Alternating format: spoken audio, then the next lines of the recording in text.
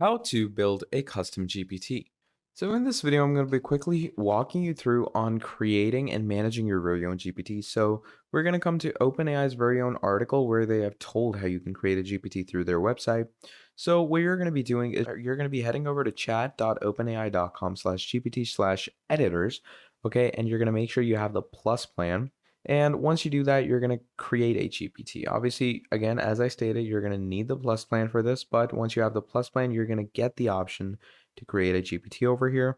Now, what that does is in the create tab, you can message the GPT builder to help you build a new GPT. You can say something like make a creative, a bot who helps me in, some random thing, whatever you want to go with. And obviously, it's going to look something like this. You're going to add in all your widgets. And once you add in all your widgets, you're going to save it.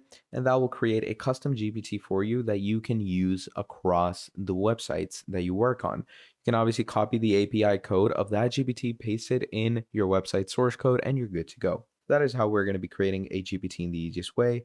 Thank you for watching, and I'll see all of you next time. Goodbye.